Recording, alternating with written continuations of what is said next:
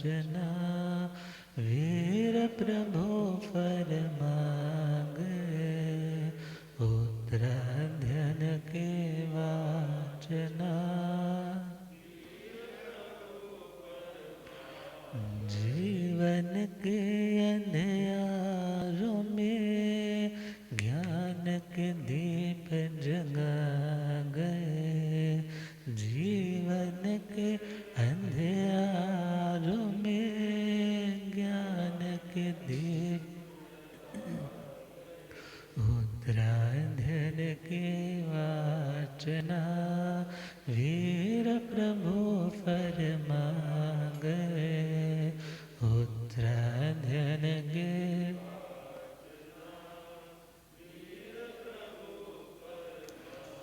प्रत्येक बुद्ध मेरा ऋषि जागे कंगन के कारण प्रत्येक बुद्ध मेरा ऋषि जागे कंगन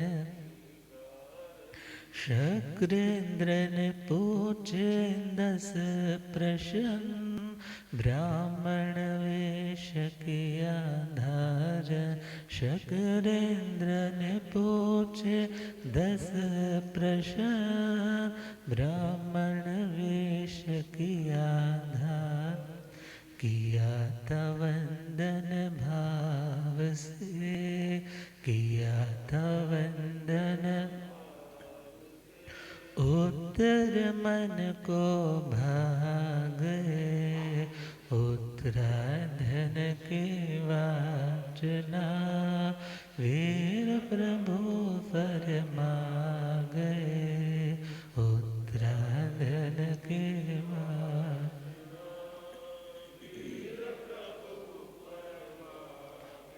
अनंत अनंत शांति के निकेतन शासनपति श्रमण भगवान महावीर स्वामी की पावन चरणारविंदों में हार्दिक भावनावंदन नमन। मेरे अंधेरे जीवन को रोशनी प्रदान करने वाले परम उपकारी आगम ज्ञान के भंडार आगम ज्ञाता आगम पुरुष जन शास्त्र रतन हिमाचल केसरी उपाध्याय भगवंत श्रद्धे गुरुदेव श्री जितेंद्र मुनि जी महाराज साहब के पावन चरण कमलों में हार्दिक भावनावंदन नमन। आदरणीय स्वाभावी श्री प्रशमित मुनि जी, धर्म सभा में उपस्थित धर्मानुरागियों, सुशीलवती माताओं और बहनों, असीम पुण्य दे से भाग्य दे से आप सबको संतों का समागम और वीतरागवाणी श्रवण करने का सुअवसर प्राप्त हो रहा है। श्रवण कर रहे हैं श्रीमद् उत्तराध्ययन सूत्र 9वां अध्याय नमी पवंजा। वैराग्य से परिपूर्ण यह अध्याय एकत्व भावना से ओतप्रोत नमी महाराज की वैराग्य की अमर गाथा और शक्रेंद्र स्वधर्मेंद्र महाराज के 10 प्रश्नों का बड़ा सटीक उत्तर, टोटल 62 गाथाएं हैं। और यह नमी महाराज मदन रेखा महासती मदन रेखा जी के आत्मज थे, बेटे थे। मगर कुछ ऐसी सिचुएशन बनी कि युग बाहु पतिदेव के समाधि मरण में कारण बनी और मणिरथ अपनी बुरी चाल के कारण खुद ही मारा गया। और उस टाइम ये कंसीव्ड थी, प्रेग्नेंट थी, एक बच्चा ऑलरेडी था। तो नमी महाराज का जंगलों में जन्म हुआ। किसी अन्य स्थान का राजा, जो मिथिला का राजा, वो उन्हें अपना बच्चा बना करके ले गया और उधर उन्हें विद्याधर अपने साथ लेकर के चला जाता है। और युद्ध भूमि में दोनों भाइयों की बड़े होने पर जब आपस में आमना सामना होने लगा तो माता होने के नाते मदन रेखा जी दीक्षित तो हो चुकी है, मगर बच्चों को यह सीक्रेट पता नहीं है। तो वह सीक्रेट बताने के लिए युद्ध भूमि में जाती है और बड़ा भाई अपनी भी वो सारी संपत्ति अपने भाई को देकर दीक्षित हो जाते हैं। और एक टाइम जब मिथिला में ही अपनी राजधानी बना करके यह रह रहे हैं और सर में भयंकर पीड़ा, आज की भाषा में बोले तो माइग्रेन की दर्द रही होगी, और महारानियां उनके उस दर्द को, दाह ज्वर को शांत करने के लिए चंदन घिस रही है। और चंदन घिसते घिसते कंगनों की ध्वनि शोर के कारण उनका वह दर्द और भी बढ़ रहा। तो उन्होंने मंत्री से कहा, ये शोर बंद करवा दो, मेरे से सहा नहीं जा रहा। उन्होंने जाकर बात की तो रानियों ने कहा कि हम सौभाग्य का सूचक एक कंगन रखेंगे, बाकी कंगन उतार दें। और कुछ टाइम के बाद महाराज ने पूछा, क्या चंदन अब घिसा नहीं जा रहा? बोले, महाराज चंदन तो घिसा जा रहा है, मगर अब उनका एक ही कंगन होने के कारण शोर नहीं आ रहा। तो इसी बात को ध्यान में रखते हुए चिंतन के साथ उन्हें विश्राम की अवस्था में जाते देर नहीं लगी। और जब निद्राधीन हुए, अर्ध निद्रा अवस्था में उन्होंने सपने भी देखे।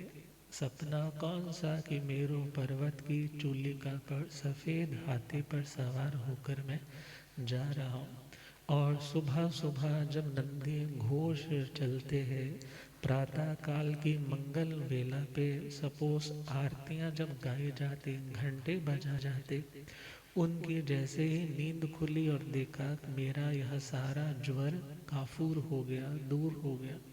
तो उन्होंने भावना भाई कि जहाँ पर अकेला है वहाँ पर शांति है, जहाँ दो है वहाँ शोर है। शांति के लिए मुझे अपनी आत्म भाव को समृद्ध करना होगा और इस दुनिया के प्रपंच को, शोरगुल को छोड़ करके दीक्षा लेनी होगी। पूर्व जन्मों की साधना भी उन्हें रिमाइंड हो चुकी है, और उस पूर्व जन्मों की स्मृति के कारण उन्हें लगा, अरे मैं तो अभी रास्ते में हूँ, अभी मंजिल आई नहीं है। तो वह दीक्षा लेने के लिए निकल पड़ते हैं। और इधर पूरी मिथिला में शोर है कि महाराज नमी दीक्षा लेने के लिए जा रहे हैं।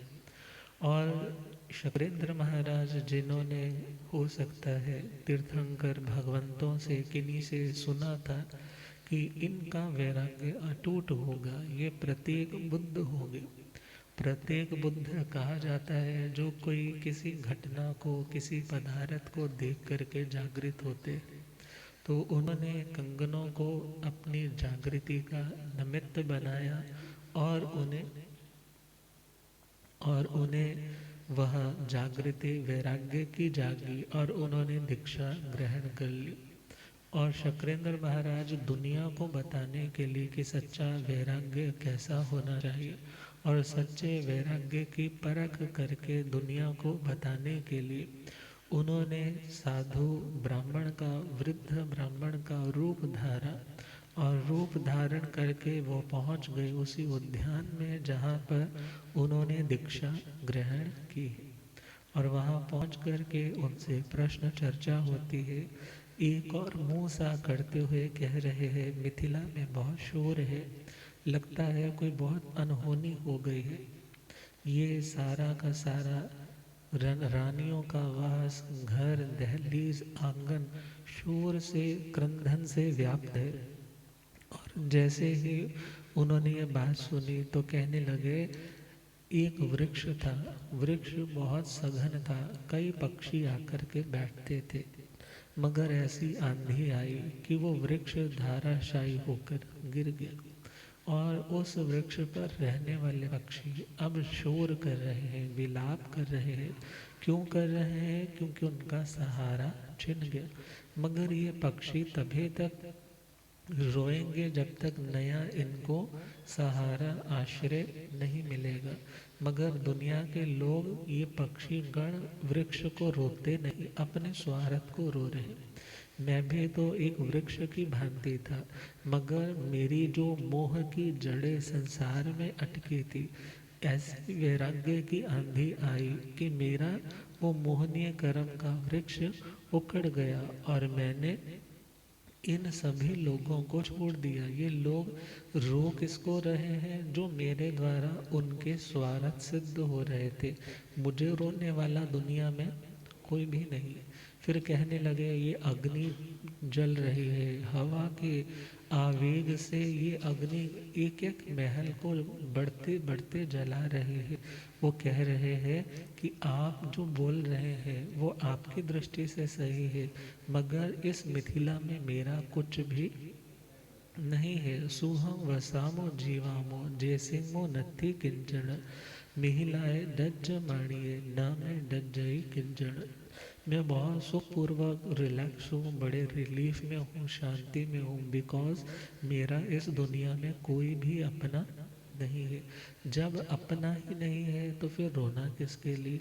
अर्थात यदि मिथिला जल भी रही है तो मिथिला के जलने से मेरा कुछ भी जलता नहीं है। और जो त्यागी भिक्षु है उसके लिए कोई भी अपना या पराया नहीं होता, इसलिए उनकी ज़िंदगी में दुख भी नहीं होता, क्योंकि वो एकत्व की साधना करने वाले, एक आत्मा और एक मोक्ष को लक्ष्य रख कर के चलने वाले होते।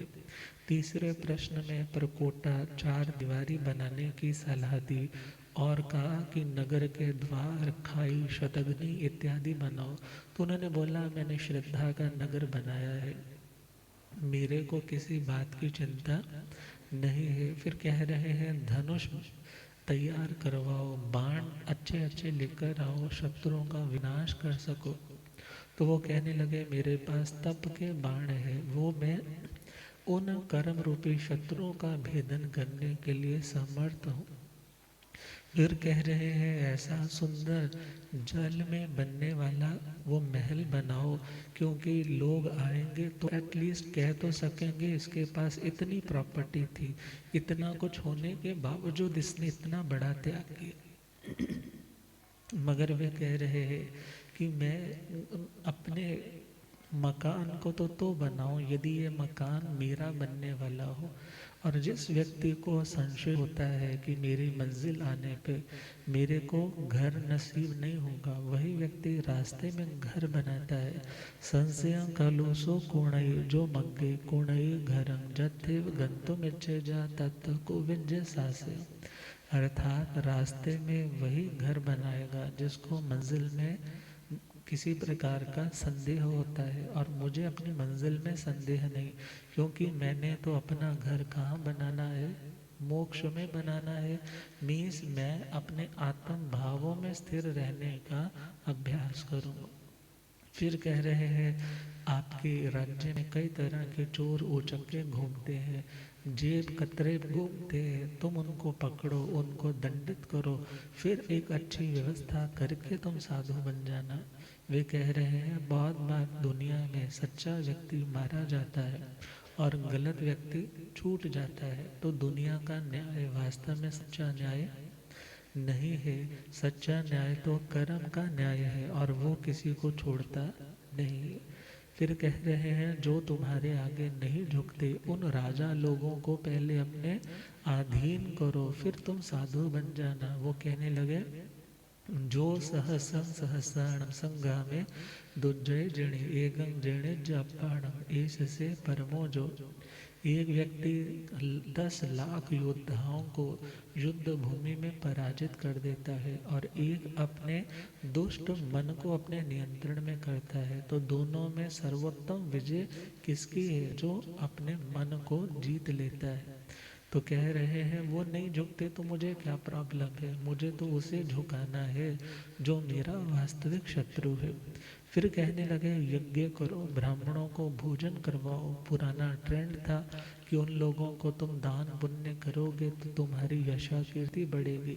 कह रहे हैं कि एक साधु या एक श्रावक साधना करता है, मगर ऐसे व्यक्ति को भले आप 10 लाख ब्राह्मणों को भोजन करवा दो, मगर 10 लाख ब्राह्मणों को भोजन करवाते हुए व्यक्ति को जो पुण्य मिलेगा, अर्थात उस पुण्य का मुकाबला वो व्यक्ति कई गुना ज़्यादा कर सकता है।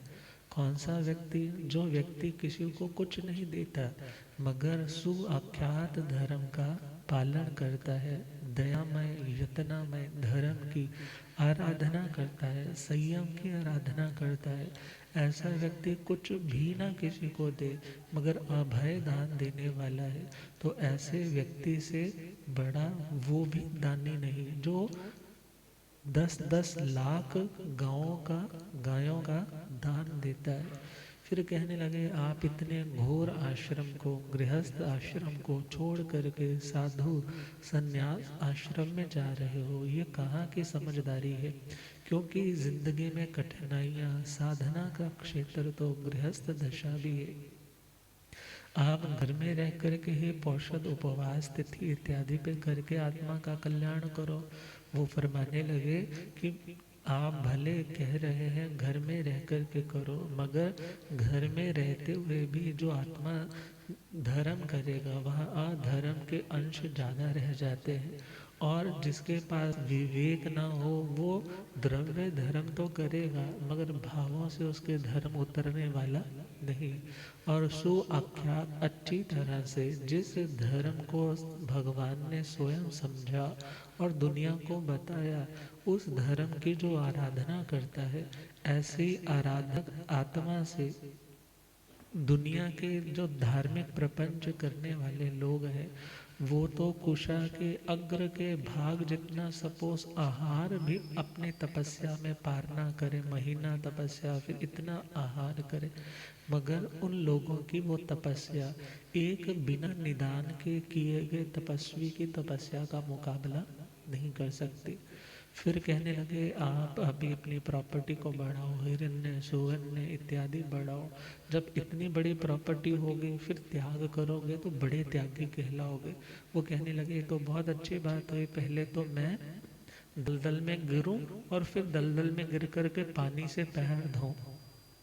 ये कौन सी इंसाफी वाली बात है कि पहले मैं पाप करके पैसा कमाऊं फिर उसको ही दान दे करके पाप धोने की कोशिश करूं।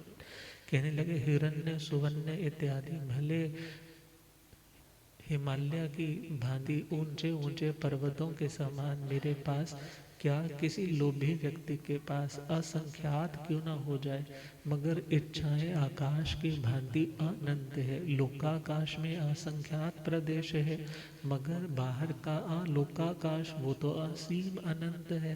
तो इच्छाओं को भी पूरे के पूरे इस यूनिवर्स की लोक की आकाश की उपमा दी कि जैसे उस आकाश का अंत नहीं वैसे ही व्यक्ति की तमन्नाओं का, तृष्णाओं का भी कोई अंत नहीं। फिर कहने लगे अभी तो आप अभ्युदय अर्थात समृद्धि की ओर बढ़ रहे हो, मगर आप इतना वैभव होने के बावजूद भी समझदारी नहीं कर रहे। जो प्राप्त है उसे तो छोड़ रहे हो और जो प्राप्त नहीं है उसकी कामना के लिए साधु बन रहे हो। कहने लगे जो व्यक्ति कामना के साथ साधु बनता है उसके लिए वो कामना उसके विनाश का कारण बन जाती है। जो लौकिक या भौतिक कामना के साथ साधु बने, सल्लम कामा विषम कामा कामी आसी विशोभमा कामे पत्ते माणा या अकामा जंती दुख गए। अर्थात ये कामनाएं शल्य कांटे के समान है, जहर के समान है, बहुत जल्दी इफेक्ट करने वाले आशी विष के समान है। अर्थात ये कामनाएं आत्मा को तड़पाने वाली, भव भव में दुख देने वाली है। तो मैं ऐसी कामना लेकर के साधु नहीं बन रहा। और जब उन्होंने देखा कि वास्तव में ठोक बजा कर के पात्रता योग्यता को परखा कि वास्तव में उत्तम वैराग्य से युक्त है तो उनकी स्तुति करने लगे। अहो ते अज्जवं साहो, अहो ते साहो मध्यमं, अहो ते उत्तमा कंति, अहो ते मुक्ति उत्तम। आश्चर्य है आपके भीतर की सरलता कितनी उत्तम है, आपके भीतर की मृदुता, आपके हृदय की क्षमा, वीरता और आपकी निर्लोभता वास्तव में उत्तम है। और उन्होंने अपने उस ओरिजिनल वैक्रिय शरीर को रिवील कर दिया, सामने प्रस्तुत हो गए और उन्हें कहने लगे कि आप यहाँ भी उत्तम है और आगे भी उत्तम है। और चरणों में वंदन करते हैं। वंदन करते करते उनके कानों के कुंडल, सिर का मुकुट वो भी हिल रहा है। और जिनके चरणों में शंख चक्र इत्यादि के शुभ लक्षण है, ऐसे नमी महाराज के चरणों में वंदन करके वो जहाँ से आए थे उस और चले। तो वैराग्य को बढ़ाने के लिए इस अध्ययन का स्वाध्याय और मनन करना चाहिए। हम 10वां अध्याय ध्रुवपत्र। कुशानोक पर ओस का बिंदु पत्ते से जिंदगानी है। कुशानोक पर ओस का बिंदु पत्ते से जिंदगानी। समय मात्र प्रमाद भी हे गौतम नादानी है। समय मात्र प्रमाद भी हे गौतम ना। सावधान होकर चलो, सावधान हो, प्रभु वीर समझा गए। उत्तराधर के वाचना वीर प्रभु फरमा गए। उत्तराधर के वाचना।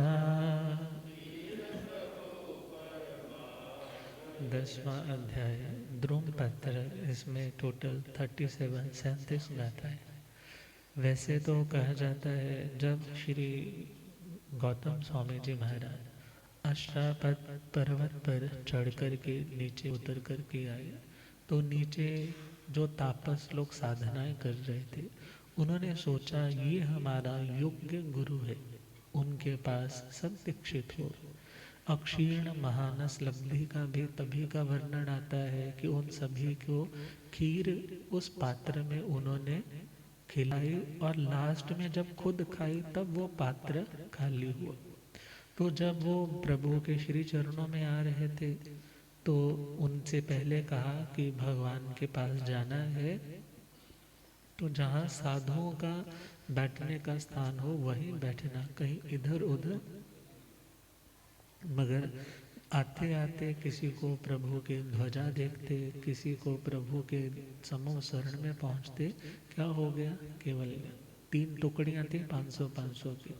और जब पहुँचे हैं तो वो केवलियों की परिषदा में बैठे, तो उन्होंने उनको टोका। भगवान ने कहा हे गौतम, केवलियों की आशातना मत करो। फिर गौतम स्वामी जी के अंदर सबर का बांध टूटने लगा। कहने लगे प्रभु, जिनको मैंने दीक्षा दी वे लोग तो केवल ज्ञानी बनते जा रहे हैं, मगर मेरे को अभी तक केवल ज्ञान क्यों नहीं हो रहा। तब भगवान ने उन्हें समझाया कि अब तुम बहुत करीब हो केवल ज्ञान के, मगर मेरे राग का बंधन है तुम्हारे हृदय में, जिसके कारण केवल ज्ञान नहीं हो रहा। इसलिए तुम जरा भी प्रमाद, लापरवाही, आत्म विस्मृति में मत जाओ और दुनिया की वास्तविकता को, उस नश्वरता को समझाते हुए 2 उपमाएं यहाँ पर ली है। एक तो ली है पत्ते की और दूसरी ली है ओस के, उस बिंदु के जो पत्ते के कुशा की नोक पर पड़ा है। दुम पत्ते पंडु ये जानी वड़ई राय गणान अच्छे एवं मणुयान जीव्यं सम्यम गोयम माँ पमाय को सगे जहा ओस बिंदुए तो वंग चिट्ठई लंब माणे एवं मणुयान जीव्यं सम्यम गोयम माँ पमाय। प्रभु फरमा रहे हैं कि जैसे किसी वृक्ष के ऊपर लगा हुआ पत्ता वो कभी तो कॉम्पल होती है, फिर धीरे धीरे वो पत्ता हरा होता है, समय आते आते वो पत्ता पीला पड़ने लग जाता है, और रात्रि गण अर्थात दिन रात का टाइम स्पैन बीतने पर वो समय भी आता है जब वो पत्ता शाखा से टूट करके नीचे गिर जाता है।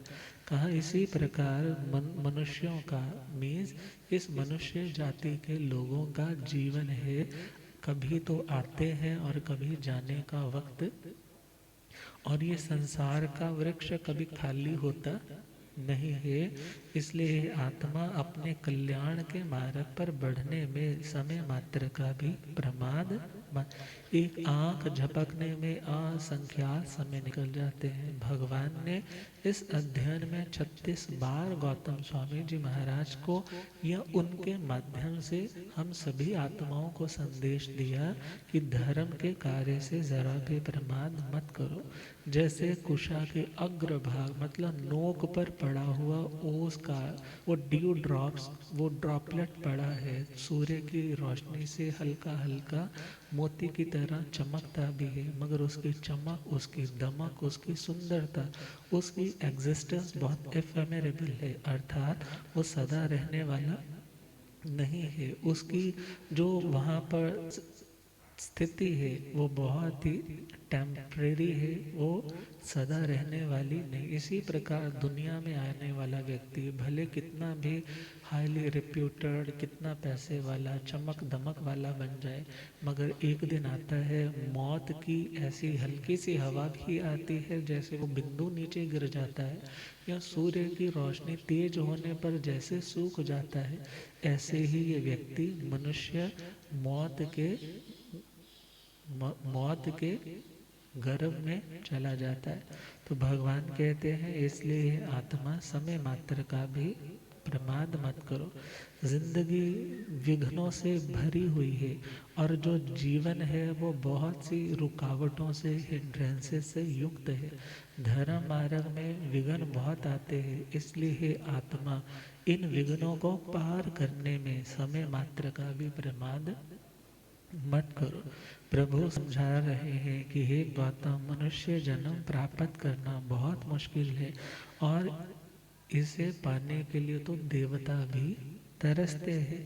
अब उन्हें मानो वो सारी यात्रा करवा रहे हैं कि हे आत्मा, पृथ्वी का है, आप का है, तेजस का है, वायु का है, इसमें भी हे आत्मा तूने असंख्यात काल तक बिताए हैं, वनस्पति काल में अनंत काल तक बिताए हैं, दो इंद्रिय तीन इंद्रिय में संख्यात काल, और आगे बढ़े चौर इंद्रिय में संख्यात 1000 वर्ष जो उसकी स्थितियां बताई है, इतना टाइम तुमने वहां पर बिताया। पंच इंद्रिय जो 7-8 भव लगातार हो सकते हैं, जो लगातार हो उसका नाम काया स्थिति, जो एक बार का हो उसका नाम भव स्थिति, और अनेकों बार तुम देव गति में 21वें देवलोक के उन समृद्ध सुखों का भोग भी कर चुके हो, और नारकियों के पहले नरक से लेकर 7वें नरक तक की यात्रा अनंता बार कर चुके हो।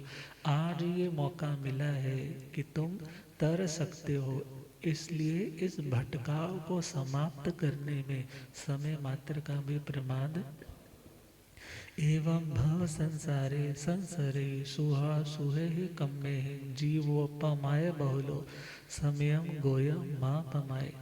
प्रभु फरमा रहे हैं ये संसार जिसका अस्तित्व है, जो कोई काल्पनिक चीज नहीं है, और इस संसार में जहाँ हर चीज सरक रही है, कोई भी पदार्थ यहाँ पे कांस्टेंट शाश्वत पर्याय की दृष्टि से नहीं है, और दुनिया के लोग अपने कर्मों के अकॉर्डिंगली सुख और दुख, अनुकूल और प्रतिकूल इन अनुभवों को अपनी अनुभूति में ला रहे हैं, और ये जीव प्रमाद बहुल है।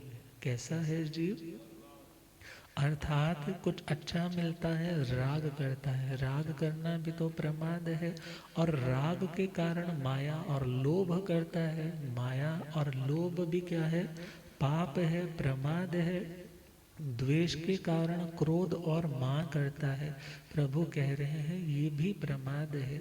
और जो प्रमाद से बचना चाहते हो तो तुम्हें दुनिया के मिले हुए सुख या दुख इनके प्रति लिप्त नहीं होना। तो भगवान समझा रहे हैं कि मनुष्य जन्म पाना बहुत मुश्किल है, जो तुम्हें मिल गया है। आर्य कुल में जन्म लेना जहाँ पर उत्तम लोग हो, क्योंकि कितने लोग ऐसे हैं जो धर्म की बातों से अनभिज्ञ हैं, दूर है, अनार्य है। और तुम्हें आर्य कुल भी मिल गया। बहुत से लोग धर्म करना तो चाहते हैं मगर इंद्रियां पूर्ण मिलती नहीं है। चार इंद्रिय तक देखे तो एक इंद्रिय वहां पर भी हीन है। और यदि पंच इंद्रिय वाले की हम बात कर रहे हैं मनुष्य जन्म की, तो वहां पर भी ऐसे बहुत लोग हैं जिनको कानों से नहीं सुनाई देता, किसी को दिखाई नहीं देता। और कहा कि तुम्हें तो इंद्रियां भी अपने अपने स्थान पर लगी हुई और पूर्ण स्वस्थ मिली है। और उससे भी जो दुर्लभ बात है, धर्म का श्रवण करने का मौका मिलना, धर्म की सत्संगति में आने का मौका मिलना। और उससे भी ज़्यादा मुश्किल चीज़ें है जो सुना है उसके ऊपर श्रद्धा का आना, और श्रद्धा के बाद उसे ज़िंदगी में इम्प्लीमेंट करने की हिम्मत, और उस हिम्मत को वास्तव में जागृत कर पाना। ये सभी के लिए आसान नहीं, बल्कि हर चीज़ एक से बढ़कर एक मुश्किल से प्राप्त होती है। और कह रहे हैं हे गौतम परि जूरई ते शरीर अंकेशा पंडुरया हवंति ते से सोय बलय हायई सम्यम गोयम माँ पमाए। देखो तुम्हारा ये शरीर जिसके ऊपर जरा बुढ़ापा आ रहा है, सार सार भाग जा चुका है, सर के बाल सफ़ेद हो रहे हैं, श्रोत्र इंद्रिय का अर्थात जो बल है वो कमज़ोर हो रहा है, आँखों का बल कमज़ोर हो रहा है, सूंघने की शक्ति कमज़ोर हो रही है, स्वाद लेने की शक्ति भी कमज़ोर हो रही है, और स्पर्श इंद्रिय वस्तु को उठाने इत्यादि की एबिलिटी भी वो भी कमज़ोर हो रही। इसलिए हे गौतम जरा भी प्रमाद मत करो। ये शरीर जहाँ पर रोग ही रोग भरे पड़े हैं, और दुनिया की ये शक्ति, दुनिया की ये पौद्गलिक शक्ति, कर्म जन्य शक्ति, ये आज तुम्हें मिली है। और अध्यात्म शक्ति को तुम आज इसके द्वारा प्रकट कर सकते हो, इनका सदुपयोग कर सकते हो। इसलिए जरा भी प्रमाद मत करो। और गौतम महाराज जैसे इतने उत्तम ज्ञानी महापुरुष को प्रभु कह रहे हैं चिच्चान धर्णम च भारियं पव पवयो हिसी अणगारियं मावंतं पुणो भी आयई समयम गोयम मा पमय।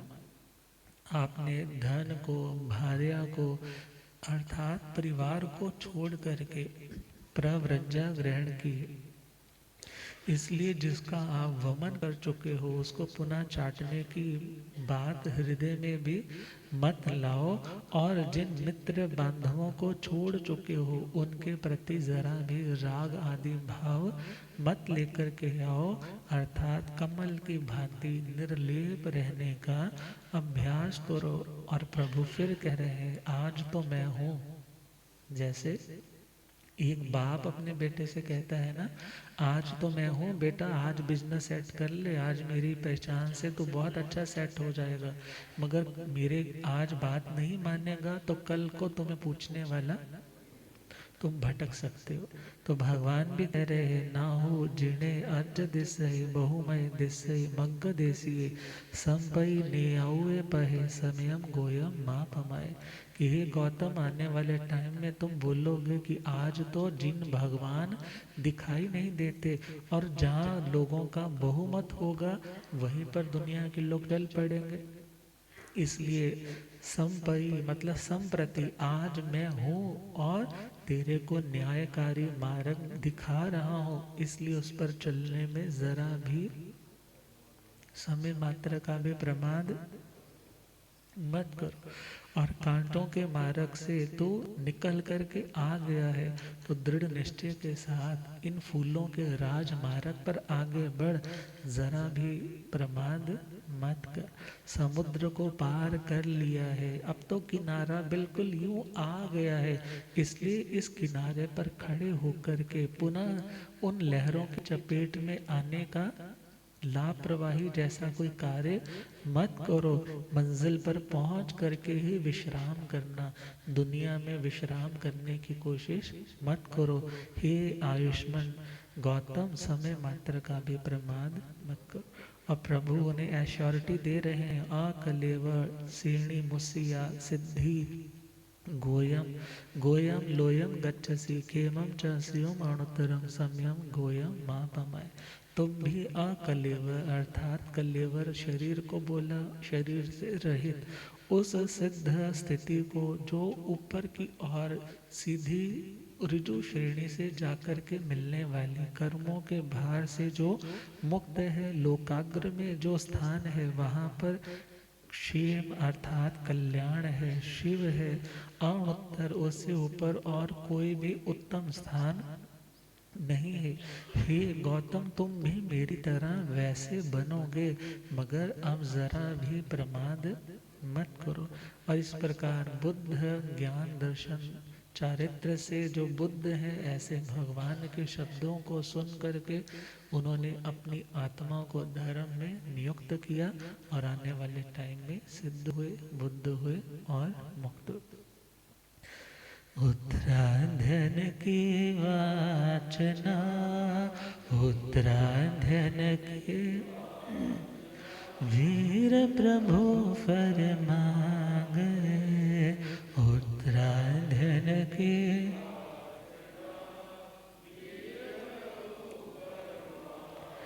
जीवन के अंधियारों में ज्ञान के दीप जगा गए। जीवन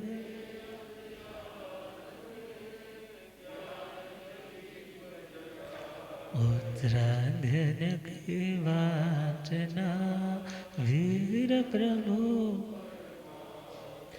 बहुश्रुत आगम ज्ञान निधि पूजन के हैं अधिकारी। बहुश्रुत आगम ज्ञान निधि पूजन के हैं अधिकारी।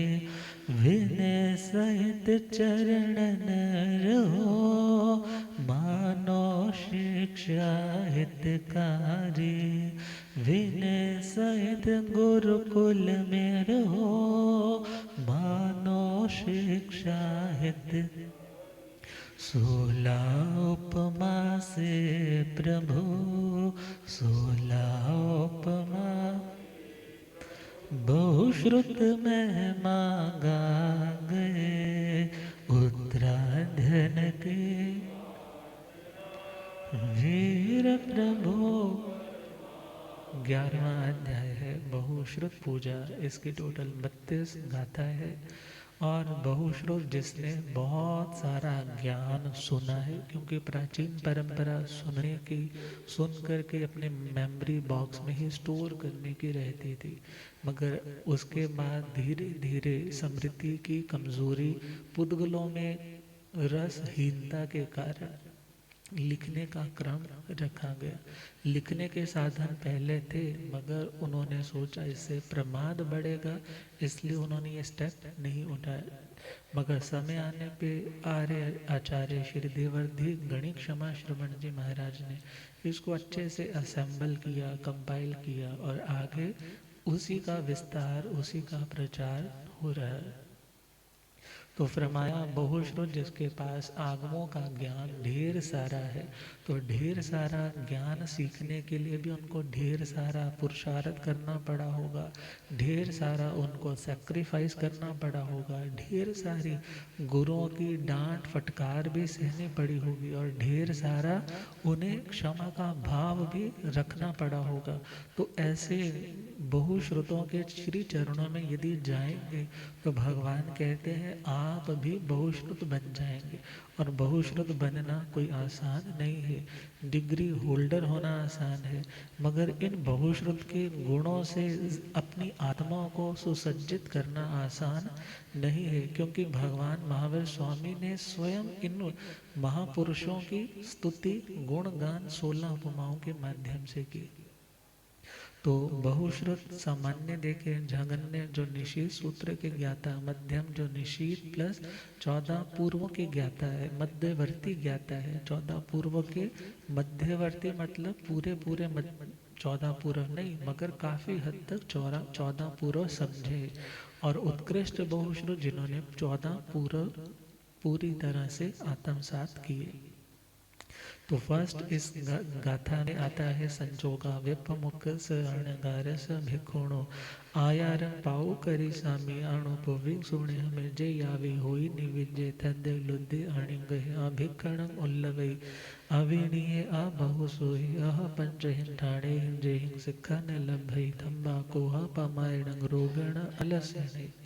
भगवान कहते हैं जिन्होंने संयोगों को, दुनिया के रिश्तों को पूरी तरह से छोड़ दिया है, मात्र एक रिश्ता आत्मा के साथ और आत्मा के साथ संबंध रखने वाले, आत्मा की बात करने वाले लोगों के साथ वो रिश्ता, इसलिए कि वो इन दुखों के चक्रव्यूह से हमें बचा सकते।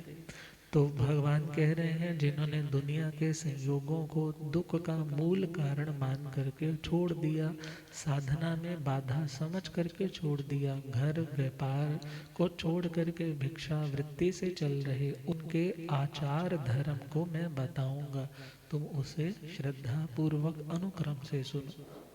और भगवान कहते हैं कोई व्यक्ति यदि चाहता है कि मैं विद्वान बनूं, मैं बहुश्रुत बनूं, तो भगवान कहते हैं वो इतना आसान नहीं। उसके लिए भी एलिजिबिलिटी भगवान ने योग्यता बताई है। क्योंकि बहुत से लोग जावी हुई निविज्य, बहुत से लोग विद्यावान होते हुए भी विद्याहीन होते, विद्यावान होते हुए भी विद्याहीन होते हैं। या दूसरा अर्थ होगा बहुत से लोग विद्या से हीन रह जाते हैं। कब? जब वे लोग थद्दे अभिमानी होते हैं, लुद्धे स्वादिष्ट भोजन इत्यादि में गृद्ध होते हैं, अनिग्रहे मन इंद्रियों का निग्रह संयम नहीं रख पाते, अभिक्षण उल्लवे बार बार बोलने की जिन्हें आदत होती है, ऐसे लोग साधना के स्वाध्याय के मार्ग में ज़्यादा तरक्की नहीं कर सकते। और प्रभु कहते हैं और जो व्यक्ति अविनीत होता है, गुरुओं की बात को एक किनारे करके अपनी बात मनवाता है, ऐसा व्यक्ति कभी बहुश्रुत नहीं बन सकता। और भगवान ने कहा 5 ऐसे कारण हैं जो व्यक्ति को शिक्षा अर्थात उस ज्ञान से वंचित रखते हैं। वो रिपीट है, थंबा मीन्स जो थंबे की तरह अकड़ करके खड़े रहते हैं। कुछ भी कोई ज्ञान की बात, कोई हमारी कमी हमें कोई बता दे तो उसको स्वीकार करने के स्थान पे झगड़ने के लिए तैयार हो जाते हैं। क्योंकि पहला पॉइंट दिया थंबा, दूसरा दिया कोहा। जो व्यक्ति क्रोधी है, गुरु की शिक्षा को सहते नहीं बल्कि उन्हीं के लिए उल्टा सुल्टा बोलने लग जाते हैं। पमायण, और जो प्रमादी लापरवाह है, आज नहीं कल कर लेंगे, कल नहीं परसों कर लेंगे, जो काम को लटकाते रहते हैं। और चौथा कारण दिया है रोग। रोग भी शिक्षा की प्राप्ति में बाधा डाल देता है। इसलिए इनडायरेक्ट वे में भगवान ने क्या बोला, तुम खुद को निरोग रखने का भी प्रयास करो, वरना साधन यदि ठीक नहीं है तो साधना तुम ठीक से नहीं कर पाओगे। सारे तो सनत कुमार चक्रवर्ती की तरह नहीं ना हो सकते। और 5वां कारण दिया है आलस्य। आलस्य मतलब जो हमारा फिजिकल लेजीनेस है उसका नाम है आलस्य, जो मेंटल लेजीनेस है उसका नाम है प्रमाद। तो भगवान कहते हैं ये 5 विघ्न है जो आत्मा को एक ज्ञानवान की सीट तक पहुंचने नहीं देते। और फिर प्रभु ने 8 वो लक्षण बताए हैं जिन 8 बातों के कारण कोई व्यक्ति ज्ञानवान बन सकता है। पहला पॉइंट दिया अहसीरे, जो हंसी मजाक में टाइम खराब नहीं करता, शिक्षा देने वाले के ऊपर हंसता नहीं है, उसकी बात का मजाक नहीं उड़ाता। सया दंते, हमेशा खुद को कंट्रोल में रखता है। नया मम्मम उदाहरे, किसी की गुप्त बात को, किसी की दुखती रग को जो दुनिया में प्रकट करता नहीं है। ना सीले, जो उत्तम शील से टोटली रहित नहीं होता। ना भी सीले, जो दोषों के धब्बों के कारण अपने चारित्र को मलिन नहीं करता। ना सिया आई लोलुए, जो अति लोलुप नहीं होता। मीन स्वातु, जिसका खाने की ओर ध्यान है, उसकी सेहत अच्छी नहीं रहेगी, उसकी इंद्रियां कंट्रोल में नहीं रहेगी, और वो व्यक्ति टिक करके पढ़ नहीं सकेगा। नीचे पकौड़े तले जा रहे होंगे तो जिसका खाने की ओर ध्यान है वो बच्चा बार बार कहाँ आएगा, नीचे ही तो आएगा। अकोहणे, जो क्रोध नहीं करता। सच्चरे, जो सत्य में निमग्न, हमेशा रचा पचा रहता है। ऐसे व्यक्ति को शिक्षा सीलेति उच्चई, शिक्षा के लिए योग्य, शिक्षा का ज्ञान का अभ्यास जो कर सकता है। प्रभु ने कहा उसके 8 लक्षण है। ये सिर्फ शास्त्रीय दृष्टि से ही नहीं बल्कि दुनिया में भी जो चाहते हैं बच्चे कि हम स्कॉलर बन सके, उन्हें भी इन बातों का ध्यान रखना होगा। और 14 कारण, 14 ऐसे कारण बताए हैं जो आत्मा का निर्वाण नहीं होने देते, कषायों की अग्नि को बुझने नहीं देते। पहला है अभीक्षण क्रोध, जो बार बार गुस्सा करते हैं, मानो नाक की सेंध पे ही उनके गुस्सा बैठा है। प्रबंधन च पकुवय, जो क्रोध को क्या रखते हैं, मेंटेन रखते हैं। जैसे पुराने टाइम में अंगीठी होती थी ना, पूकना मार करके बार बार उनको, बातें हो चुकी हैं मगर बार बार उनको सुलगाते रहते हैं, मित्र भाव का वमन कर देते हैं। 6 काय के जीवों के प्रति मैत्री के भाव का जो त्याग करेंगे, या किसी ने आपके ऊपर विश्वास करके और आपने उसको अपना मित्र बनाया और आपने उस मित्रता को क्या कर दिया, तोड़ दिया। भगवान कहते हैं ऐसे लोग अविनीत हैं। जो लोग फंडामेंटली अच्छे नहीं है वो आगे प्रोग्रेस कहाँ से कर पाएंगे। श्रुत ज्ञान प्राप्त करके जो अहंकार करते हैं, ज्ञान तो इसलिए था कि हमारा अभिमान का रोग चला जाए, मगर यदि ज्ञान से अभिमान और बढ़ रहा है, इट मीन्स ये तो वही बात हुई, मर्ज बढ़ता ही गया यूं यूं दवा की। फिर ऐसे ज्ञान का कोई फायदा आत्मा के लिए नहीं हो पाएगा। 5वां है जो व्यक्ति पाप दृष्टि, दूसरों की कमियां खोजने वाला, बस जैसे पीक पर गंदगी पर बैठने वाली मक्खी होती है, जिसकी प्रवृत्ति ही ऐसी है, वो उसकी ये गलती है, उसकी ये कमी है, उसने वो कर दिया। प्रभु कहते हैं वो निर्वाण को पा नहीं सकता। जो मित्र भाव रखने वाले लोगों के ऊपर जो हित बुद्धि से हमें कभी समझाते हैं, उल्टा उन्हीं के ऊपर जो व्यक्ति क्रोध करता है, ऐसा व्यक्ति भी निर्वाण का अधिकारी नहीं। और अच्छे मित्रों की, जिन्होंने तुम्हारा भला ही भला किया। सपोज करो तुम सिगरेट पीने लगे, तुम्हारे दोस्त ने आकर के तुम्हें रोका, भाई ये बहुत गलत चीज़ होती है, 4 लोगों में टोका, और उसके उठने के बाद तुमने बोलना शुरू कर दिया, हाँ इसकी पोलने भी सारी मैं जानता हूँ, बना बैठा है दूसरों को शिक्षा देने वाला। मगर ध्यान देना है, ऐसा आचरण करने से जब उसको पता चलेगा तो उसको भी पागल कुत्ते ने नहीं काटा। जो आपकी एक वेल विशर बन करके आपको समझाए, यदि समझाया है तो उसको पॉजिटिव वे में लिख करके चले। तो अगला पॉइंट है जो असंबद्ध भाषी, बिना विचारे बोलने वाला है, जो द्रोही, अपने गुरुओं के साथ विद्रोह करता है, जो समाज में विद्रोह करता है, ऐसा व्यक्ति भी निर्वाण का हकदार नहीं है। थद्दे, जो घमंड करता है। लुद्धे, जो गृद्धि आसक्ति से मूर्छित रहता है। अनिग्ध है, जिसका मन, जिसकी 5 इंद्रियां अपने नियंत्रण में नहीं है। असमविभागी, जो अपने पास आया, जो मिल बांट करके नहीं खाता है, भगवान कहते हैं वो भी निर्वाण का हकदार। और अचियत्ते, जो व्यक्ति किसी के लिए भी प्रीतिकारक नहीं होता, मीन्स जो सबकी आंखों में खटकने वाला ही व्यवहार करता है, ऐसा व्यक्ति भी निर्वाण का हकदार नहीं है। ऐसे व्यक्ति को अविनीत बोला है। अविनीत का मतलब सुना था ना, जहाँ सुई पुई कन्ने निकसित जय सब वसु, वही गले सड़े कानों वाली कुतिया जैसी हालत ऐसे लोगों की होती है, फिर उन्हें कोई भी स्थान। और 15 ऐसे कारण बताए हैं जिसके कारण कोई व्यक्ति सुविनीत कहलाता है। सुविनीत के 15 लक्षणों में नियावतिया चवलेया माया कौहल्य इत्यादि वो गुणों का प्रभु ने विश्लेषण किया और फिर फाइनली बोला वसे गुरु कुल नित्यं जोगवं उवहाणवं पियं करे पियं वाई से सिखं लद्धुम अरिहै। पूरे एक नटशेल में गाथा में बताया जो गुरुकुल में वास करता है, मीन्स गुरु के पास गुरु की आज्ञा के घेरे में रहता है, अपने मन वचन और काय इन योगों को गुरु के अनुसार चलाने का अभ्यास करता है और उपधान तपस्या स्वाध्याय में विघ्न ना आए, इसलिए कभी नमक छोड़ा, कभी मीठा छोड़ा, कभी विगय छोड़े, कभी आईमिल कर लिया। इससे तुम्हारे स्वाध्याय में ज्ञान में आने वाले बाधक तत्व दूर हो जाएंगे। पियंग करे अपना बुरा करने वाले के प्रति भी जो अच्छा व्यवहार ही करता है। चंदन के पेड़ को यदि सपोज आप कुल्हाड़े से काटो तो कुल्हाड़ा भी क्या हो जाता है, सुगंधित हो जाता है।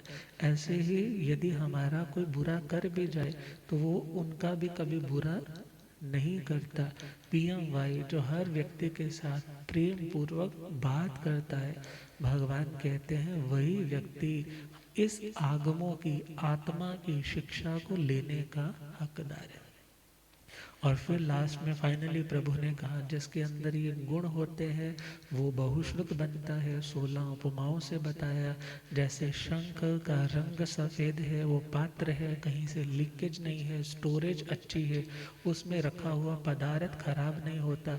ऐसे ही बहुश्रुत उस शंख की भांति जो निर्मल चारित्र का धारक है और उसमें श्रुत ज्ञान का ऐसा अनुपम विलक्षण शुद्ध दूध की भांति उसमें पदार्थ रखा है। और कहा जैसे वो शंख और दूध एक दूसरे की शोभा को बढ़ाते हैं, ऐसे ही वो बहुश्रुत और धर्म कीर्ति और शुद्ध ज्ञान उनकी भी शोभा बढ़ती है।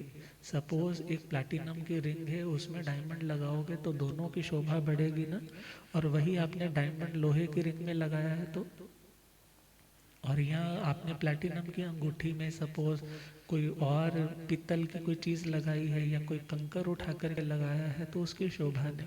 ऐसे ही देखा जाए जो अच्छी चीज़ है जब वो योग्य स्थान पर आती है तो दोनों की शोभा बढ़ जाती है। और जो योग्य पात्र है इन क्वालिटी से जो युक्त है, जब उसके पास ज्ञान आता है तो वो दोनों एक दूसरे की शोभा को बढ़ाते। और सेकंड दिया है जैसे कंबोज अफगान में जो घोड़ा रहता है कंबोज जाति का, कंथक नाम का, जो दौड़ता है पहाड़ियों पर भी दौड़ता है, थकता नहीं है। ऐसे ही अपने साधना के मार्ग पर बढ़ने वाले बहुश्रुत मुनिराज होते हैं, पराक्रमी योद्धा की भांति, जो अन्य मत जो मिथ्या मत है उनका विध्वंस करने में जो समर्थ होता है, ऐसा बहुश्रुत मुनिराज होता है। 60 वर्ष का जो हाथी जो अपने हथनियों के समूह में बैठा हुआ बलवान है, इसी प्रकार बहुश्रुत मुनिराज होते हैं, अर्थात अपनी साधना के कारण जो परिपक्व मैच्योर हो चुके हैं और अपने पूरे समूह के जो मालिक बन गए हैं। और बैल की भांति, जैसे बैल के 2 सींग रहते हैं, ऐसे द्रव्यार्थिक नय और पर्यायार्थिक नय अर्थात निश्चय और व्यवहार से सामने वाले व्यक्ति के जो मिथ्या मत है उनका जो खंडन करने में और सही मत की स्थापना करने में समर्थ है, वो बहुश्रुत मुनिराज होता है। सिंह की भांति, जैसे शेर अपनी दाढ़ों से अपने शिकार को फाड़ देता है, ऐसे ही मानो सिंह की भांति बहुश्रुत मुनिराज सप्त भंगी नय के द्वारा सामने वाले के जो मिथ्या गलत धारणाएं है उन गलत धारणाओं को तार तार कर देता है। वासुदेव की भांति बहुश्रुत मुनिराज शंख चक्र गदा इत्यादि से युक्त, जैसे वो त्रिखंडाधिपति होते हैं, इसी प्रकार जो वासुदेव है वो 3 गुप्तियों से युक्त है और तीनों खंडों में अर्थात उनकी साधना की ध्वजा फहराते हैं। चक्रवर्ती की भांति बहुश्रुत होते हैं, अर्थात 14 रत्नों के मालिक होते हैं चक्रवर्ती। 4 दिशाओं में उनके झंडे झूलते हैं, 6 खंडों में उनकी हुकूमत होती है। इसी प्रकार 6 काया के रक्षक, 14 पूर्वों के धारी और 4 गतियों का अंत करके मोक्ष में पहुंचने वाले बहुश्रुत होते हैं। इंद्र की भांति जो वज्र, पाणी, सहस्र, पुरंदर इत्यादि शब्दों से विशेषणों से जाना जाता है, इसी प्रकार जिनके ज्ञान के हजारों नेत्र होते हैं, जो मिथ्यावादियों के उन पुरों को, नगरों को ध्वस्त करने में समर्थ होते हैं, ऐसे बहुश्रुत मुनिराज होते हैं। सूर्य की भांति जैसे सूर्य उदय होता है, अंधकार के पुद्गल दूर हो जाते हैं, ऐसे ही अपने तप और ज्ञान के प्रकाश से ये मिथ्यामती लोगों की उस अज्ञान अंधकार को भी दूर करते हैं और अपनी ओजस्विता तपस्या के माध्यम से दुनिया को प्रभावित भी करते हैं। जैसे पूर्णिमा का चंद्रमा कई सारे अनेकों तारा गणों से, नक्षत्रों से युक्त शोभायमान होता है, ऐसे ही अपने गुणों में पूर्ण सौम्य शांत बहुश्रुत मुनिराज जब अपने सारे संगम में बैठे हैं, साधु साधवियां उनको घेरे हुए बैठे हैं, तो वो भी उसी पूर्णिमा के, पूनम के चांद की तरह शोभा पाते हैं। जैसे कोष्ठाकार अर्थात जैसे कोल्ड स्टोर जिसमें कितना अनाज स्टोर करके रखा जाता है, आजकल तो वो सुनते हैं नाइट्रोजन से उसको ट्रीट करके अंदर पैक करके रख देते हैं। अब जब उनको कई सालों के बाद निकालो तो भी वहाँ पर वो कैसा रहता है, बिल्कुल एज इट्स रहता है। इसी प्रकार जो बहुश्रुत मुनिराज रहते, उन्होंने जो आज पढ़ा है, याद किया है, आप 20 साल बाद भी उनसे पूछो तो 20 साल बाद भी उनका आंसर करने में वो समर्थ होते हैं, उनका ज्ञान विकृत होता नहीं है। और बहुश्रुत मुनिराज कहा जम्बू वृक्ष की भांति अनादृत देवता जिसका अधिष्ठायक देव है, जो सुदर्शन है, इसी प्रकार सुंदर दर्शन वाले, सुंदर श्रद्धा और चारित्र के रूप वाले ऐसे बहुश्रुत मुनिराज होते हैं। जैसे सीता नदी नीलवंत पर्वत से निकलती है, कई सारी नदियों को लेकर समुद्र की ओर बढ़ती है, ऐसे ही बहुश्रुत मुनिराज उत्तम कुल से उत्पन्न होते हैं और कई सारे भव्य जीवों को अपने साथ लेकर के समुद्र की भांति केवल ज्ञान सिद्ध गति को लेकर के जाते हैं। बहुश्रुत की 15वीं उपमा मंदर पर्वत की भांति जो अचल रहते हैं, जो कई सारी नाना औषधियों से जगमग करते हैं, ऐसे ही बहुश्रुत मुनिराज कई सारी लब्धियों के भंडार होते हैं और अपने ज्ञान तेजस्विता के कारण देखा जाए हमेशा चमकते रहते हैं। स्वयंभू रमण समुद्र जिस तरह से रत्नों का आकर कहा जाता है, रत्नों का देखा जाए तो स्थान कहा जाता है, ऐसे ही ज्ञान की, ध्यान की, क्षमा की, वैराग्य की कितनी कितनी कहा जाए रत्नों की श्रृंखलाओं से भरपूर होते हैं बहुश्रुत मुनिराज। और प्रभु कहते हैं ऐसे बहुश्रुत मुनिराज अपनी साधना के बल से उत्तम साधना करके खवित्तु कम्मं गई मुत्तमम गया, अर्थात कर्मों को क्षय करके सज्जाए स्वाध्याय रूपी तप के माध्यम से अपने कर्मों को क्षय करके ये या तो स्वर्गों में जाएंगे या सारे कर्म कट जाएं तो सिद्ध होंगे, बुद्ध होंगे और मुक्त होंगे। भगवान कहते हैं जो उत्तम अपनी भविष्य की पर्सनैलिटी देखना चाहता है कि मैं भविष्य में उत्तम बन सकूं, तो उसको उत्तम अर्थों की गवेषणा करनी चाहिए, ऐसे ज्ञान ध्यान को सीखना चाहिए। इस प्रकार यह अध्ययन कंप्लीट हुआ। अब 12वां अध्याय है हरि केशी।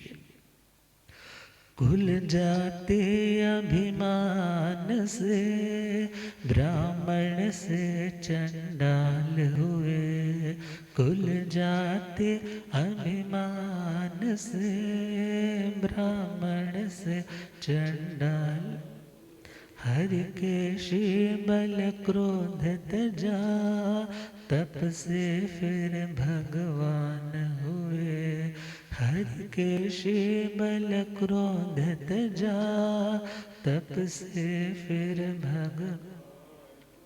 सच्चे ब्राह्मण संत का, सच्चे ब्राह्मण जीवन वो दर्शा गए, उत्तराधन के वीर प्रभु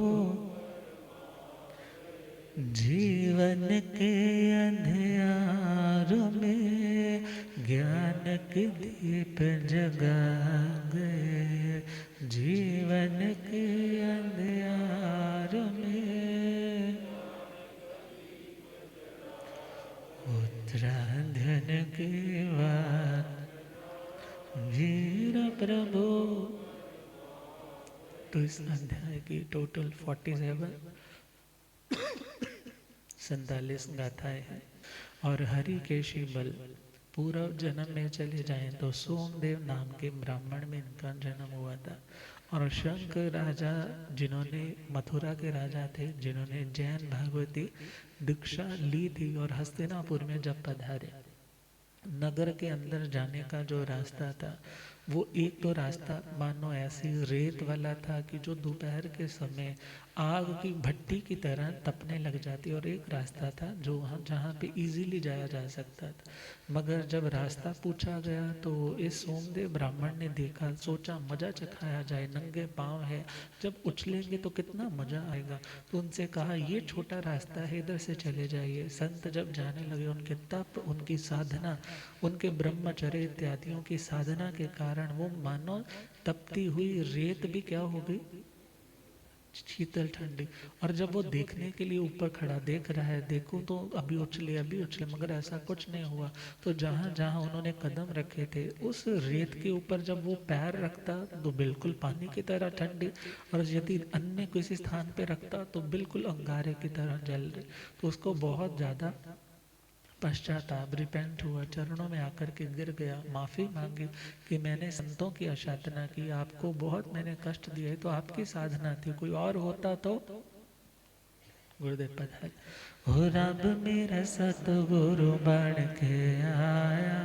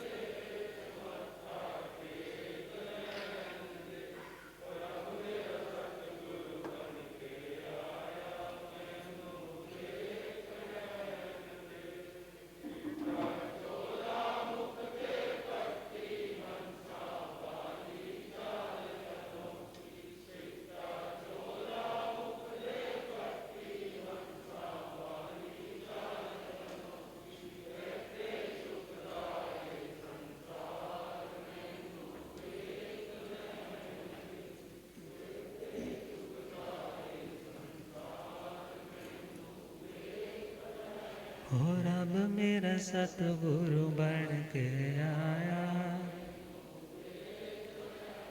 भूलिया ज्ञाता आगम पुर जन शास्त्र हिमाचल की श्री उपाध्याय भगवंत श्रद्धे गुरुदेव श्री जितेंद्र मणि जी।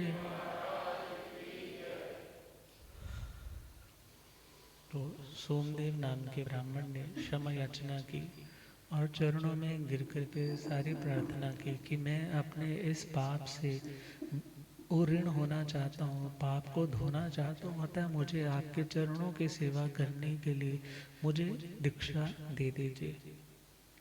मगर दीक्षा लेने के बाद भी उनका ध्यान ज़्यादा देह की निर्मलता पर रहा, आत्मा की निर्मलता पे कम ध्यान रहने के कारण, और बाकी साधुओं से उनको घृणा रहती, और यह वह सोचते कि मैं उत्तम जाति वाला हूँ, मैं उत्तम कुल वाला हूँ। वहाँ से काल करके देवलोक में तो गए, मगर कुल जाति के अभिमान के कारण आने वाले टाइम में चंडाल कुल में पैदा हुए, और कोष्ठ बल जिनके पिता है, गौरी नाम की इनकी माता है, और बच्चे का नाम रखा जाता है, बच्चे का नाम रखा गया हरि केशी बल। और जब वो बच्चा थोड़ा सा बड़ा होने लगा, पूर्व की तपस्या साधना के कारण शक्ति बहुत है, किसी की बात सहता नहीं है, झगड़ालू बहुत है, मगर सब बच्चे उससे खेलने को मना कर देते, बड़ों ने भी उसको अलग कर दिया। तो एक बार वो बैठा हुआ देख रहा है, सांप निकला तो सबने मार दिया, दो मुहा सांप निकला, किसी ने कुछ नहीं कहा। इसी प्रकार उसने सोचा, मैं क्रोधी हूँ, मेरे अंदर जहर है, इसलिए मुझे कोई पसंद नहीं करता। यदि मैं जहर छोड़ दूँ तो सभी पसंद करें। सोचते सोचते उनको पूर्व जन्मों की स्मृतियाँ होने लगी और ऐसे जागृति आई कि उन्होंने सर्वस्व त्याग करके दीक्षा अंगीकार कर ली। और दीक्षा कर रहे हैं तो उनके शरीर का स्ट्रक्चर इस अध्याय में बताया है कि नाक चपटी है, कान बेढंगे से, काला कलूटा शरीर है। अब साधु की चर्या में वस्त्र इत्यादि भी मलिन है। और जब वो साधना कर रहे थे तो मांस खमन पारना, मांस खमन पारना। और एक बार चलते चलते वो एक यक्षायतन जो तिंदुक यक्ष का वाराणसी नगरी में, वहाँ पर अपनी साधना में है। जब खाना नहीं, पीना नहीं, पानी लेना नहीं, कहीं आना नहीं, जाना नहीं, तो ज़्यादा समय उनका ध्यान में ही रहता और उस वृक्ष के नीचे साधना करते। उस तिंदुक यक्ष का वहाँ मंदिर है, लोगों में मान्यता बहुत है। मगर जब तिंदुक यक्ष उन्हें देखता तो उनकी साधना से बहुत इम्प्रेस हुआ। अरे साधु तो ये है, कोई आए वंदना करे तो कुछ नहीं, कोई आए और वंदना ना करे तो कुछ नहीं। अर्थात जो दुनिया से बिल्कुल विमुख हो चुके हैं, तो उनका भक्त हो गया, उनके चरणों के पास आकर बैठता, उसको बड़ी शांति मिलती। और एक बार की बात है, वहाँ का जो राजा है कौशिक राजा, और उस कौशिक राजा की बेटी है भद्रा राजकुमारी। और भद्रा राजकुमारी उस यक्ष की अर्चना के लिए आई है। वृक्ष की जैसे रोटेशन लेते हैं, वहाँ राउंड घूमते हैं, वो घूमने लगे और वहाँ पर क्या देखा, कौन थे वो, संत थे। और किसी सखी ने मजाक भी कर दिया, देख तेरे लिए पति भेजा है तिंदुक यक्ष ने। गुस्सा आया, इस पे तो थूके भी, मैं थूकूं भी ना, और थूक भी दिया। और जैसे ही जाने लगे, तिंदुक यक्ष को बहुत क्रोध आया। क्यों क्रोध आया, मेरे गुरु का अपमान। और उसी टाइम मानो उसको पागल सा कर दिया। अब उसके शरीर में आवेश आ गया और वो पागलों की तरह मेंटली टोटली डिसऑर्डर्ड होकर के इधर उधर अपनी बहकी बहकी सी बावलियों की तरह बातें करने लग पड़ी। परिवार वालों ने आकर के संभाला। जब पता चला संतों की अशातना की है और कई इलाज तो करवाए मगर कुछ ना हो पाया। और फिर तिंदुक यक्ष ने उसी के शरीर से प्रवेश हुए बोला कि जब तक यह संतों की अशातना का परिणाम नहीं भुगतेगी। कहने लगे परिणाम अब भुगत लिया, ये तो बच्ची है, माफ कर दो। कहने लगे इसने उनको अपने पति रूप में स्वीकार करने के लिए थूका था, तो जब तक ये उन्हें अपने पति के रूप में नहीं स्वीकार करेगी तब तक मैं इसको छोड़ूंगा नहीं। तो उसको लेकर के जाते हैं, वो तो ध्यान में है, और उनसे कहा कि हे भगवान, ये मैं बेटी आपको अब शादी के लिए भेंट करता हूँ। मगर संत तो इन चीज़ों से निष्प्रिय है। तो मगर तिंदुक यक्ष ने साधु वेश में उसको अपने पास रखा। और अगली सुबह जब पता चला कि संत ने मेरे को स्वीकार नहीं किया था, मगर मेरे को तो किसने छल लिया, तिंदुक यक्ष ने छल लिया। तो उन्होंने कहा यह ऋषि द्वारा परित्यक्त है। तो उस टाइम वहाँ पर रुद्रदेव नाम के पुरोहित ने कहा कि हे महाराज, जो पंडित के द्वारा किसी सन्यासी के द्वारा त्यागी गई हो तो उसको कोई त्यागी ही ग्रहण करे, कोई ब्राह्मण ग्रहण करे। तो उन्होंने कहा तुम ही ग्रहण कर लो। तो उससे शादी हो गई। शादी होने के बाद एक बार बहुत बड़ा यज्ञ मंडप सजा हुआ है, बहुत दूर दूर से लोग आ रहे हैं। और उस यज्ञ मंडप में भोजन का भी बहुत देखा जाए भंडार लगा हुआ है। तो संत मांस खमन का कभी पारण है, उसकी तो शादी हुई है कहीं पर, और वो संत विहार करके चले गए हैं। कभी घूमते घूमते कहीं कहाँ पहुँच गए, वहीं पर पहुँचे। और जब वहाँ पर पहुँचे हैं तो उन्होंने भोजन की याचना की। भोजन की याचना करने पे उन्हें बहुत ही घृणा के साथ देखा गया, घृणा के साथ उनके साथ वार्तालाप किया गया। काला कलूटा, ना शक्ल है ना अकल है, बना बैठा है साधु, चल भाग यहाँ से, हमारा यज्ञ मंडप गंदा कर दिया, अछूत कहीं का। बहुत कुछ ऐसा निकृष्ट शब्दों के द्वारा उनको प्रताड़ित किया। मगर संत तो क्षमाशील थे, कुछ नहीं बोले। मगर उन्हीं के देह में प्रवेश लेकर के वो तिंदुक यक्ष क्या कहने लगे, तुम अभी सच्चे संत की परिभाषा नहीं जानते। सच्चा संत कौन होता है, जो 5 आश्रयों का त्याग करता है। जो संवर की आराधना करता है, अहिंसा आदि को स्वयं पालता है, सिर्फ सुत होता बोलने वाला नहीं बल्कि उसको जिंदगी में जीने वाला होता है। तुम ब्राह्मण होकर के वेद पाठी होने पर भी उनको जिंदगी में अपना नहीं पा रहे। अब जैसे ही ये सुना, उनका पारा 7वें आसमान पे, अब वहां पर जो खड़ा हुआ पंडित था उसने कहा, अरे कौन मेरी बात सुन रहा है, अंदर से पकड़ करके भंडारे से कड़छियाँ लेकर के आओ, डंडे लेकर के आओ, इसको मार करके भगाओ। ये कितनी बदतमीजी के साथ बोल रहा है, और संतों को मारने के लिए आए।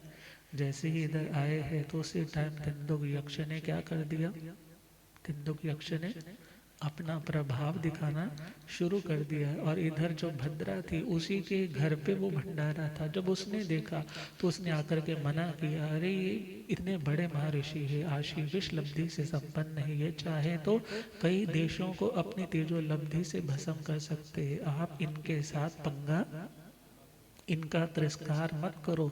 इनका तिरस्कार मतलब नाखूनों से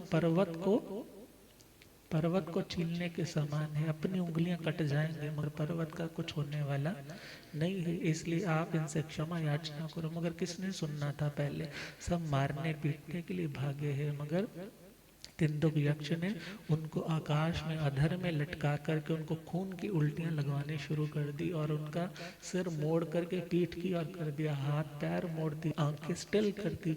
अब मानो देखने वाला भी डर जाए।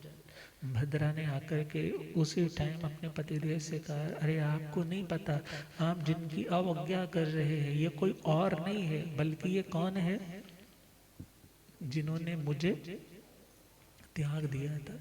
जैसे ही सुना कहने लगे अब क्या करें। वो कहने लगे महापसाया इसिनो हवंती नहु मुनि को वो परा हवंती।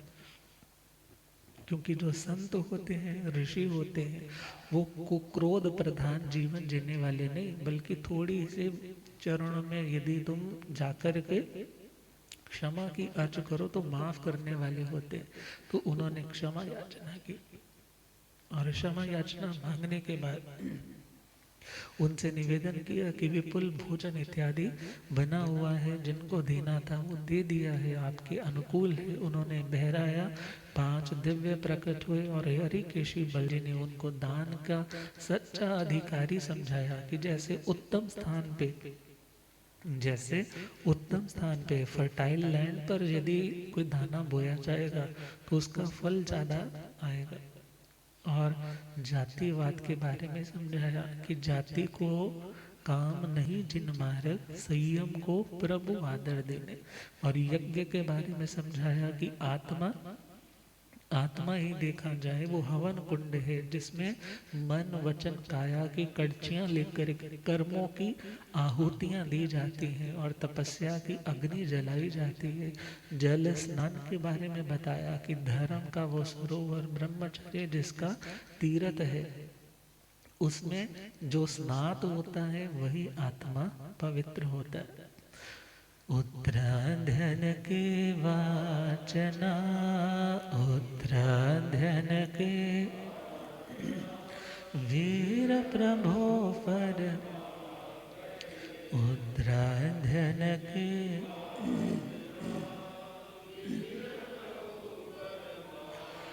जीवन के अंधियार में ज्ञान के दीप जला गए, जीवन के अंधियार में उत्तराधन के वाचना वीर प्रभो, जय भव पूर्व की कथा चित्र और संभूत मुनि, जय भव पूर्व की कथा चित्र और संभूत मुनि, चित्त मुनि गए मोक्ष में, दूजे ने ना एक सुने, चित्त मुनि गए मोक्ष में, दूजे ने ना।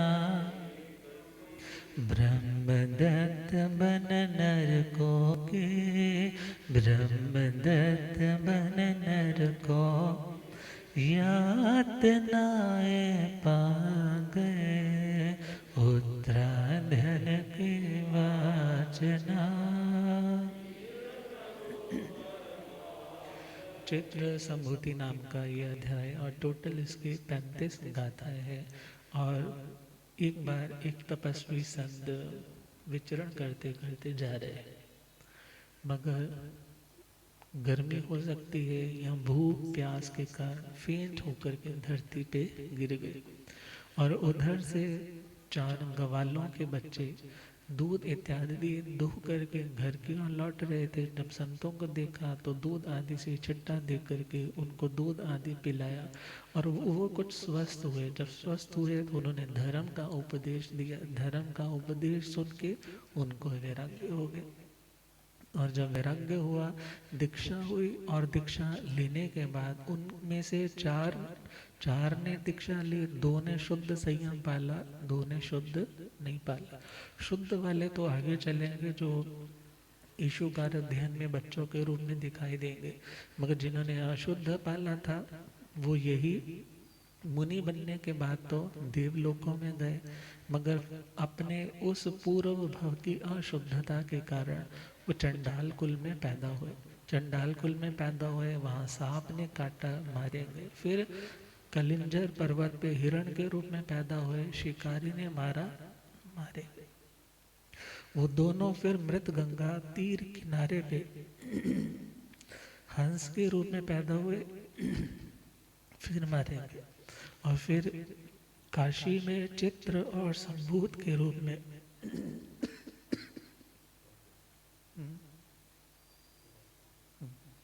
चित्र और संभूत के रूप में काशी में पैदा हुए, मगर वहाँ पर उत्तम कला होने के बावजूद भी उनकी कला का आदर नहीं था। और जिसके कारण मुझे लग रहा है आज यहीं रोकना पड़ेगा। तो आज के लिए इतना ही। आप श्रद्धेय गुरुदेव जी महाराज कृपा करें। ओम शांति।